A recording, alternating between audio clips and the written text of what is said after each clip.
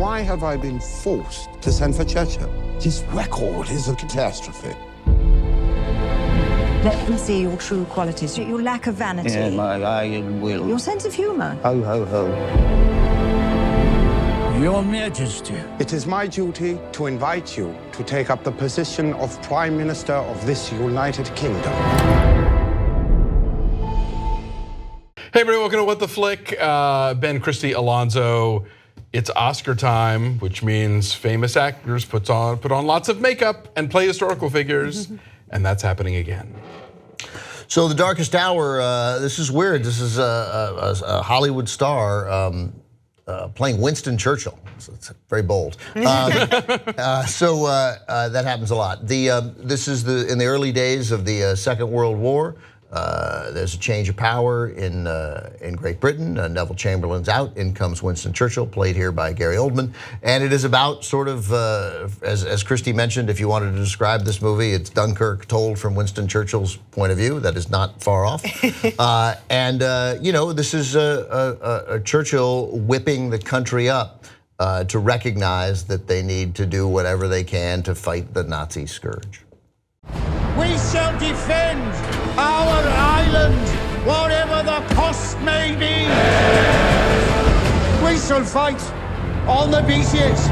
We shall fight on the landing grounds. We shall fight in the fields and in the streets. We shall fight in the hills. We shall never surrender. For without victory, there can be no survival. Interesting, this is our second Churchill movie of the year. Yes, right. Brian Cox I totally forgot that there was a whole another movie called Churchill. Oh yeah, starring Brian Cox. And we had John Lithgow on The Crown. And you have too. and Lithgow on The Crown. So they're all sort of happening. Yeah. Is The Crown done, or is there more? No, there's a new season coming up. And this is sort of the third Dunkirk movie this year too, after their finest and that other one. Winston Churchill is having a moment. I'm going to drop 3 names here. Please. At Norman Lloyd's birthday party, I was talking to Tim Matheson, but he told me what was cool was that Brian Cox, of all people, had his iPad the entire time during that movie, with the TCM app up, watching old movies. So God bless Brian Cox. So what did this get right that Churchill did not? I didn't see the other Churchill did movie. you not? No, Okay. Did you? That was just a really super showy performance. Did we not review it on here? I didn't see it. I don't think so. I didn't see it. I've seen Churchill. This Is it the same era? No, it's not. And so this is Joe Wright. And a lot of the beef with Joe Wright is that it's flashy, kind of showy camera work, not necessarily propping up a story that is all that substantive or all that engaging or whatever. But here that you have the two work together really well. I mean, you look at like Atonement. Right? But see, you don't like Atonement, right? But say you think of the long 7-minute long tracking shot on the beach. Right. Right. So I feel like he gets a bad rap for showiness over substance. And here the two I don't know that it's a bad rap, but a rap nonetheless. I think it's an earned rap. And from the very, very beginning of this, I mean, the first shot is like an overhead shot of it's Parliament, right? And it goes down and then it comes through the corridor and there's like cool, amazing, dramatic lighting that probably did not actually exist in that room. And so you think, okay, I'm in for something that is just going to be visually dazzling and nothing more. I know Ben's looking at me like, oh, you're talking about cinematography. but this is, the acting is so strong, not just from Gary Oldman, who is unrecognizable, but Kristen Scott Thomas is great in this. Yes. That's sort of, in many ways, to me, the best part, because is their relationship, right? Because if you're looking for ways to humanize Churchill in ways that perhaps you're not familiar with. Like he becomes a loving husband with a really solid relationship with his wife, who's a sort of provides a significant backbone for him and a sounding board, and he relies on her. And that part I thought worked nicely. She's his equal. Yeah, no, those, take any shit from him. Those are my favorite parts too, because I feel like as a historical drama, when you know how a thing is going to turn out, you can still make that interesting and you can make it suspenseful or whatever. I mean, there are a lot of great movies that I always say the Apollo 13 effect. Like they're gonna be safe, but how is it gonna happen? The 33. How do they get out of the mine? Exactly. Yeah. But so this one, it's like, okay, we know that he's gonna get his way and they're gonna go fight the Nazis, but like, the decision making along the way, like the choices that he made that we now historically know were the right ones, but at the time were so controversial. I didn't get enough of that, or at least enough of what he had to fight for and who he had to convince to make that work.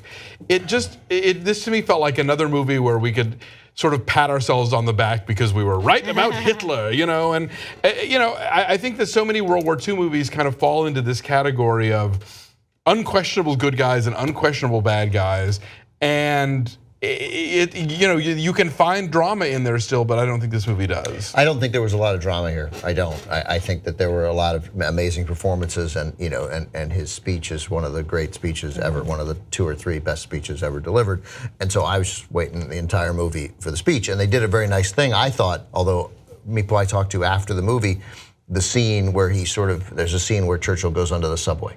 Oh, my favorite scene of the whole movie. Oh my God, that scene is such bullshit. That's exactly the I did not buy it for a second. No, I don't buy it, but I don't buy it either, but I love it. In a way that, I loved it. Yeah. In a movie that is so showy, so full of visual flair, the understatement of that moment, I don't believe that actually happened at all. Right. But for a moment, like, you see the kindness that his wife alludes to in the beginning, which she fears he has lost, and talking to actual people. I love that scene. Oh, we don't, of course, such horseshit. It probably is horseshit. No, but I mean, even as presented though, it is such a come sit on the Prime Minister's lap and tell him what you want for Christmas. I mean, it's like, that scene made me, that knocked my score down. That knocked the score up for me. So the idea that Churchill sort of snuck away from his one security guard or whatever and entered the tube is probably unlikely. I don't know enough Churchill history to know where he got those lines, right? We'll fight them on the beaches, we'll fight them. But the suggestion is that regular people said, oh, we'll fight them in the subways, we'll fight them on the beaches. And to me, I thought, oh, that's great if that happened, that's so nice. But that's just like the man who invented Christmas. Let's surround Charles Dickens with people who say things like, oh, there are no workhouses, and he just has to write it down. I'm not saying I think it happened. I think it works narratively and provides context and perspective. I hear all of that. I just disagree with all of that. This is going to be, history will tell us that this is the story of Darkest Hour.